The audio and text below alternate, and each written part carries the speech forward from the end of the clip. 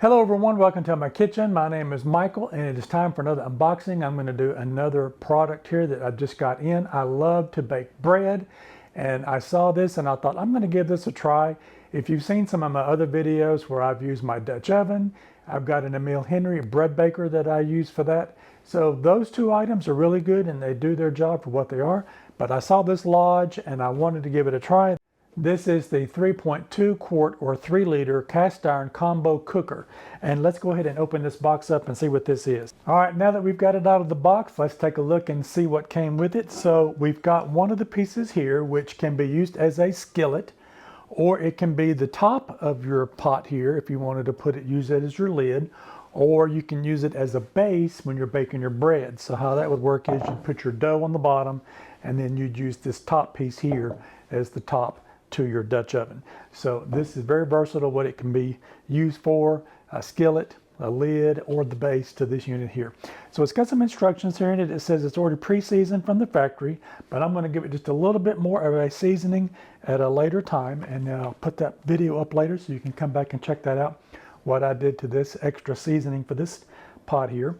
And then we've got the base unit here, or it could be the dome if you're baking bread. So we've got a nice deep sides on this. We've got the nice texture and Lodge with the seasoning that they've got in here.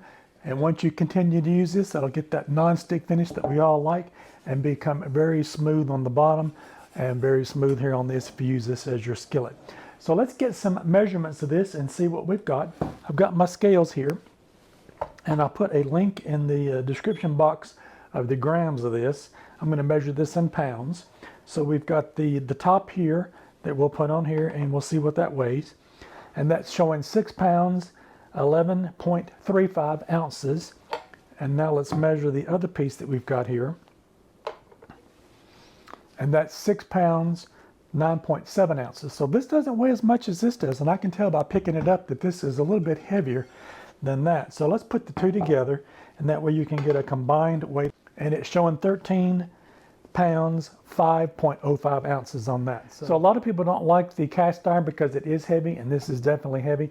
I use cast iron for most of my cooking. I've got some carbon steel pans, and I've got some non-stick pans that I've got. And I've got a couple of those videos on my channel if you want to go back and check those out, where I did some of the green pans with the ceramic lining in them. Go back and check those out. I'll put that link in the description box so you can go check that out. So we've got one of the pieces to our combo here, and this is going to be the base unit or the dome, however you want to use it. And let's measure it and see what we've got here. So I'm going to measure outside to outside, and that's going to give us 10.5 inches across like that. And now we're going to measure down the side, and eyeballing that, that's just maybe a little over 3 inches. And then let's measure the inside from the bottom across the bottom there and see what we come up with. So that's showing 8 inches across the bottom. I really like this one too because it's got the handle on this side and it's got a nice opening on this side that you can actually, if you're using mitts and things that you're going to be pulling this out of the oven, you'll be able to get your fingers under that. So that's got a nice opening here on the side, so you'll be safe to pick it up this way. With it being heavy and you've got food in it, with one hand, you definitely want to have the other glove on when you're pulling it out. Just a little bit safer when you're doing that because you don't want to burn yourself with the pot itself, and then if you spill whatever's in it, it could be really dangerous on that. So it's always nice to have handles on both sides of that. So with the lid also, it's got the handle on the side here, and it's also got the nice big handle here. So if you had something like you were cooking some fish or something or a steak in an oven, you could definitely pull it out like that. This also has a little bit of a lip here on the top of it.